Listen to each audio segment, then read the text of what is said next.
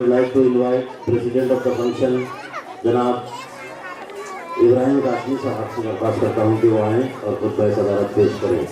रब्बिल आलमीन वस्सलातु वस्सलामु अला सय्यिदिल अंबिया'i वल मुरसलीन नबीना मुहम्मदिन व अला आलिहि व अस्हाबिहि अजमईन।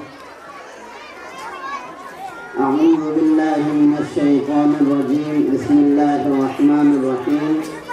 इन्ना नहनु नज़्ज़लना ज़िक्रा व इन्ना लहु लहाफ़िज़ून। सदक़ल्लाहुल अज़ीम। इतना वक्त भी नहीं है और बच्चों के इनामात भी तकसीम होना है। चंद बातें बहुत ही अहमियत के साथ दिल के साथ मैं आपके सामने रखना चाहता हूँ। सबसे पहली बात तो ये है कि आज स्कूल का ये मंजर देखकर, बच्चों का परफॉर्मेंस देखकर, इसी तरह से ये जो हाफिज बच्चों को सामने देखकर दिल बहुत खुश हो रहा है। और वाकई मेरे लिए बल्कि आप सबके लिए भी ये हार्ट टचिंग मोमेंट है कि दिल जहाँ खुशियों से भर रहा है वहीं अल्लाह के सामने शुक्राने में सजदा रेज़ भी है कि अल्लाह ने इतनी बड़ी नेमत से नवाजा।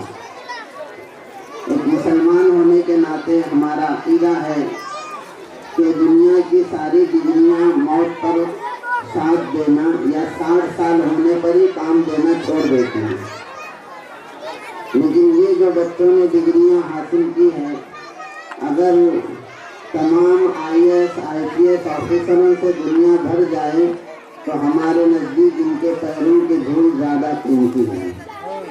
लेकिन इसका एहसास उस वक़्त होगा जब दुनिया की आँख बंद होंगी और हम अल्लाह के सामने हाजिर होंगे। लेकिन कौम है कि इसको वो अहमियत नहीं दे रही है। हाफिज सनाउल्लाह साहब ने वो हदीस सुनाई कि खैरुकुम मन तअल्लमल कुरान व अल्लमहु। हदीस का तर्जुमा ये है, द बेस्ट अमंग यू।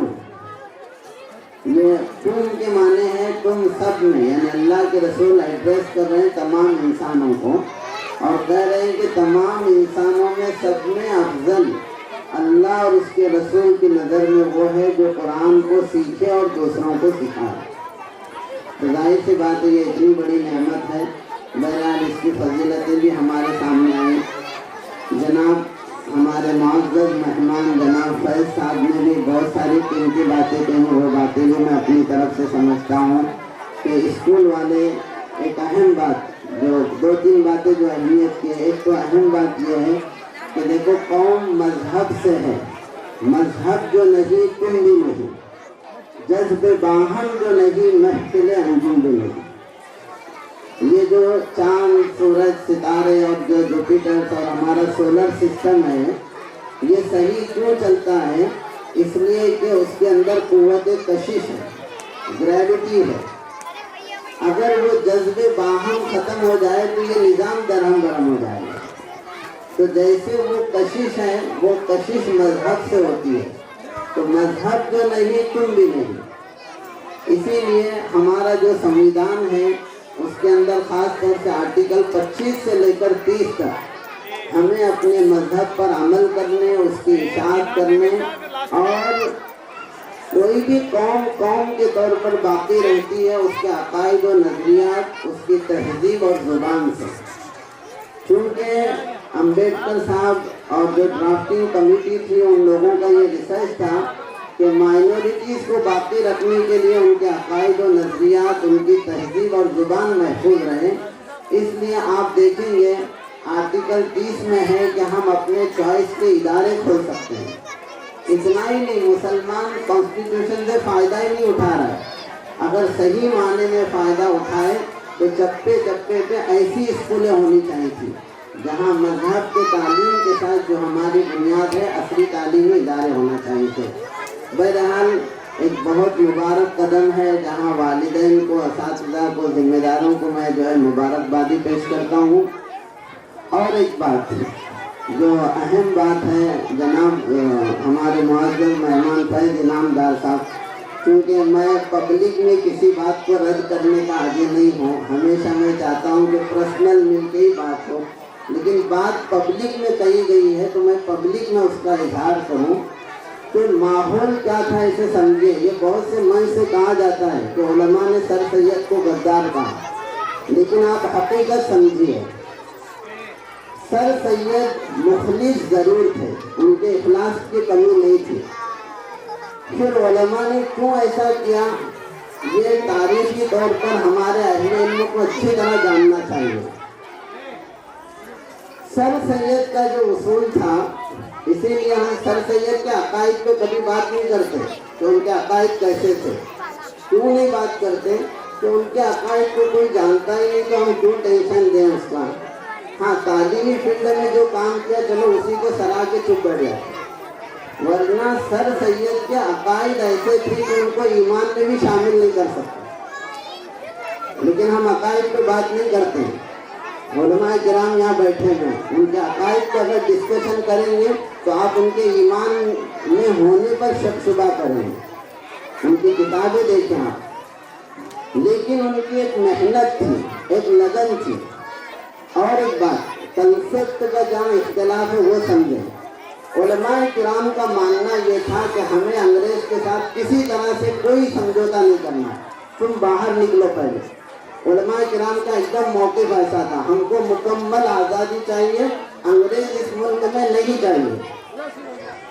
کیونکہ انگریز اپنی تہذیب ہم پر لاد رہا تھا، اپنے آپ کو جو مشنری لا کر یہاں سے مسلمانوں کا ایمان چھین رہا تھا. بلکہ اتنے حالات خراب ہو گئے تھے کہ جامع مسجد کے سیڑھیوں پہ ٹھہر کر عیسائیت کو عام کیا جا رہا ہے. تو اس لیے لیکن سر سید کا ماننا یہ تھا. اچھا، وہ اپنے ماننے میں مخلص تھے، یہ موقع نہیں ہے میں اس پہ بلندی بات کروں. سر سید یہ مانتے تھے کہ اب انگریزوں کو بھگانے کی بات مت کرو، ان سے ہاتھ ملاؤ، ان کے علوم سے فائدہ اٹھاؤ. اور انگریزی فلسفے سے وہ اتنے زیادہ متاثر ہوئے تھے کہ قرآن کی بہت ساری آیتوں کی تشریح غلط ہو رہی تھی. اسی موقع پر نیاز فتح پوری ہے، ایک پوری ٹیم ایسی تیار ہو گئی تھی جو معجزات کا انکار کرتی تھی. اب وقت نہیں ہے کہ میں اس پہ تفصیلی بات کروں، یہ ایک بہت گہری بات ہے. اتنا کہہ دینا، علماء تعلیم کے خلاف نہیں ہے. ہم سے زیادہ تعلیم پہ کون بات کرے گا؟ پہلی آیت جو قرآن کریم میں نازل ہوئی ہے وہ ہے اقرا، پڑھو. ہم تعلیم کے خلاف نہیں ہیں، علماء سن لے اور عوام بھی اچھی طرح سے سن لے. علماء تعلیم کے خلاف نہیں، علماء ماحول کے خلاف ہے. تم ماحول بے حیا کر کے دیے. آج کون سی یونیورسٹی، آپ میرے ساتھ چلو، ہر یونیورسٹی بے حیائی کے اڈے بنتے جا رہی ہیں. کالجز ہمارے بے حیائی کے اڈے بن رہے ہیں. ہماری تہذیب محفوظ نہیں ہے، ہمارا ایمان محفوظ نہیں ہے. تو ہمارے نزدیک ایک مسلمان کے لیے اس کا دین، ایمان، تہذیب سب میں زیادہ اہم ہے. اس سے وہ کبھی سمجھوتا نہیں کر سکتا. سر سید، میں بتا رہا ہوں آپ کو، علی گڑھ یونیورسٹی میں یہ طبقہ ایسا بن گیا تھا. آپ کرسپونڈنس دیکھیں، سر سید کا، مولانا شبلی کا دیکھیے. اور اس کورسپونڈنس میں سر سید خود کہتے ہیں کہ جو یہ ادارے میں پڑھتے ہیں انگریزی کے، میں سوچ رہا تھا کہ ملک کے لیے فائدے مند ہوں گے. یہ تو صرف پینٹ اور شرٹ پہننے کو اور انگریزوں کی ذہنی غلامی کرنے کو ہی بڑا سمجھ رہے ہیں. میں آپ کو ان کے کرسپونڈنس دے سکتا ہوں سر سید کے. ہاں، محنت بہت ہوئی ہے، اخلاص کی کمی نہیں تھی، لیکن اصول تھے. اس نے شیخ الہند مولانا محمود الحسن جو جمعیت کے پہلے صدر ہیں، وہ علی گڑھ گئے اور علی گڑھ جا کے تقریر کی کہ تم کس دشا میں جا رہے ہو، تم انگریزوں کے پیچھے غلام بنتے جا رہے ہو. تو اس تقریر کے نتیجے میں مولانا محمد علی جوہر کھڑے ہوئے اور وہیں انہوں نے علی گڑھ کے مقابلے میں دوسری یونیورسٹی بنائی جسے جامعہ ملیہ کہتے ہیں. اور مولانا ابوالکلام آزاد نے اصرار کر کے علی گڑھ سے وہ یونیورسٹی دلی لے آئے. آج جامعہ ملیہ جو یونیورسٹی ہے یہ علماء نے قائم کی ہے. اور ایک بات بتاؤں، مولانا لوگوں کو آج جو ناصری ادارے سمجھ رہے ہیں کہ مولانا لوگ کیا سمجھتے ہیں، مولانا کا فیلڈ الگ ہے. نہیں، تمہارا جو تعلیمی نظام ہے یہ مولانا ابوالکلام آزاد کا دیا ہوا ہے. سب میں پہلے ایجوکیشن منسٹر مولانا ابوالکلام آزاد رہے. مولانا ابوالکلام آزاد کسی کالج کے نہیں پڑھے ہوئے، کسی یونیورسٹی کے نہیں پڑھے ہیں، وہ مدرسے کے پڑھے ہوئے ہیں. UGC یونیورسٹی گرانٹ کمیشن کی بنیاد مولانا ابوالکلام آزاد نے رکھی. इंडियन इंस्टीट्यूट ऑफ टेक्नोलॉजी, उसकी बुनियाद मौलाना अबुल कलाम आज़ाद की है। उनका जो कंसेप्ट था हर बच्चे को तालीम का, तो ये निज़ाम मौलाना लोग दिए। और आज मौलाना को बोले तुमको क्या तालीम समझते, ये आवाम हमारी आवाम है, समझ लो कि जिन हाथों से उसे वो तोहफे मिले वो हाथें ही भूल गए। तो उलमाए किराम तालीम के खिलाफ नहीं है, ना अंग्रेजी तालीम के खिलाफ है। हम खुद चाहते हैं, लेकिन माहौल दीजिए बच्चों को, उनकी तरबियत कीजिए, उनकी ईमानी तरबियत कीजिए। सर सैयद के तहत जो अलीगढ़ बना था, वो अलीगढ़ से इर्तिदाद फैल रहा था, लादीनियत फैल रही थी, लामजहबियत फैल रही थी। इसीलिए उस ज़माने में एक बहुत बड़ा शायर गुजरा है, अकबर इलाहाबादी, आप उसे पढ़ें।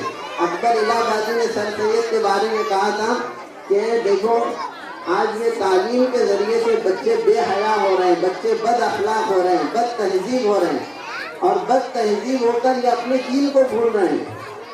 तो उस वक़्त अकबर इलाहाबादी ने कहा था, यूँ कत्ल के बच्चों से वो बदनाम ना होता, अफसोस के फ़िरौन को कॉलेज की न सूझी। कि फ़िरौन को हज़रत मूसा के लिए इतने बच्चों को कत्ल करने की ज़रूरत नहीं पड़ती, अगर कॉलेज खोल देता तो ऐसे ही सब बर्बाद होते, कोई नबी बनने के लायक ही नहीं रहता, इसकी आंखें पाकीज़ा ही नहीं रहती। तो इसीलिए उन्होंने ये भी शेर कहा, बार बार आता है अकबर मेरे दिल में ये ख्याल, हजरत सैयद से जाके अर्ज करता कोई काश, दरमियाने सारे दरिया तख्त बंदन कर दई, बाज भी गोई के दामन तर मकुन होशियार बाज। ये अकबर इलाहाबादी का शेर है कि मेरे दिल में ये ख्याल आता है कि मैं सर सैयद को जाकर बोलूँ। ये मखलूक तालीम जिससे बेहयाई का हया का जनाजा निकल गया, ये सब कहाँ से आया, ये हमारा निज़ाम नहीं है। इसीलिए हिंदुस्तान में मुसलमानों का निज़ाम तालीम और तरबियत पे आप गौर करो। अंग्रेज़ों के आने से पहले हमारा निज़ाम तालीम कैसा था, ये कमर्शलाइज नहीं था, पैसों के सिस्टम पे नहीं था। तो बहरहाल उलमा तालीम के खिलाफ नहीं है, हमसे ज़्यादा तालीम की कौन बात कर सकता है। इसीलिए एक मसला चल रहा, फातिमा वो जो है कहते हैं हाँ, उसको कह रहे हैं कि पहली लेडी जो औरतों की तालीम की बात की, इन्हें पता ही नहीं है। आप एक किताब पढ़ो, खैरुल कुरून की दरसगाहें, जिसमें औरतों का क्या किरदार था हमारे समाज में। तालीम, अच्छा तालीम का नाम भी बदल गया, तालीम किसको बोल रहे हैं, ये इंफॉर्मेशन को तालीम बोल रहे हैं आप। तालीम वो होती है जिसमें हमारे जिहद की तरबियत होती है। जो तालीम जो फलसफा आपको अल्लाह के करीब ना करे वो तालीम नहीं है, वो तो तुम्हारे लिए फितना है। इसलिए उलमाए किराम ने सर सैयद को इन वजूहात पे नहीं कहा कि उन्होंने तालीम को फ़रोग़ दिया। तालीम की बात अलग थी, उस वक़्त अंग्रेज़ी तहज़ीब की बात थी। तो अंग्रेज़ी तहज़ीब, अंग्रेज़ी कल्चर जिसमें बेहयाई है, जिसमें कोई अदब व एहतराम नहीं है। मैं अंग्रेज़ों के साथ बढ़ता हूँ, उनके साथ बैठा हूँ, मेरी दोस्ती है, मुझे यूरोप मालूम है, अफ्रीका मालूम है, वेस्टर्नाइज कंट्रीज़ को मैंने देखा हूँ। ऐसा कोई सुनी सुनाई बात नहीं कर रहा हूँ। सब में ज़्यादा गंदी तहज़ीब अगर कोई है तो वो अंग्रेज़ी तहज़ीब है। हया का कोई जनाजा नहीं। उनके यहाँ जो कानून बन रहे हैं अभी, अब ये वक्त नहीं कि मैं यहाँ पर ये सब बातें करूँ, लेकिन ये बात आप जहन में रखिए कि उलमा के ज़रिए से ही तालीम का निज़ाम आपको मिला है। ये हम तालीम के खिलाफ नहीं, माहौल के खिलाफ है। जब भी हम बात करेंगे अपनी बच्चियों को पाकीज़ा माहौल दो, दीनी माहौल दो, तो हम उसको यानी ये हम फ़राइज़ में से समझते हैं। पहली कुरान के 5 आयतों में अल्लाह ताला फरमाते हैं, इक़रा व रब्बुकल अकरम, पढ़ तेरा रब नवाजने वाला है। हमारे उस्ताद इसका तर्जुमा करते थे, तो पढ़ तो सही, तेरा रब नवाजने वाला है। अल्लाह की नवाजिशें इल्म पर आएंगे। इसीलिए जो इल्म सीखने निकलता है, फरिश्ते खुशी के मारे अपने पर उसके पैरों के नीचे बिठाते हैं। ये हमने तालीम दी है। तालीम को सबसे पहले आम करने वाले कौन है? हमारे हिंदुस्तान में तालीम आम नहीं थी। सिर्फ एक कास्ट ब्राह्मण ही इल्म हासिल कर सकते थे, दूसरों को इजाज़त नहीं थी। ये उनसे छीन कर तालीम को आम करने वाले हम लोग हैं। यूरोप को क्या पता था तालीम क्या है? यूरोप तो अंधेरे में था। जब स्पेन फतह हुआ तो मुसलमानों ने उनको इल्म की रोशनी दी। ये हमारा किरदार है, हमने दुनिया को इल्म दिया। اور علم ہی نہیں، علم کو اخلاقیات سے جوڑا، تربیت سے جوڑا، صرف علم دے کر آزاد نہیں کیا۔ اگر صرف علم آتا ہے آدمی کے پاس تو ایکسپلائٹیشن ہوتا ہے، ناجائز استعمال ہوتا ہے، انسانوں کی ہمدردی نہیں ہوتی ہے۔ آپ دیکھیے کیا انسانوں کا قتل عام ہو رہا ہے، یہ علم کی وجہ سے۔ اس کے ساتھ اخلاقیات ہے، ذہنی تربیت ہے، نفسیاتی تربیت ہے، عقلی تربیت ہے، اجتماعی تربیت ہے، معاشرتی تربیت ہے، ساری تربیتوں کا مجمع علم بنتا ہے۔ تو بہرحال یہ ہمارے دین سیکھنا، یہ علم سیکھنا، یہ دین کا حصہ ہے۔ علماء تعلیم کے خلاف نہیں ہے، علماء جو ہے صرف ماحول کے خلاف ہے۔ آپ ماحول پاکیزہ دیجیے، ہم سے زیادہ پھر کوئی اور سپورٹ کرنے والا آپ کو نہیں ملے گا۔ یہ ایک وضاحت ضروری تھی۔ بہرحال پھر آخر میں سارے مینجمنٹ کو، اساتذہ کو، والدین کو مبارکبادی دیتے ہوئے میں اپنی بات ختم کرتا ہوں۔ جزاک اللہ۔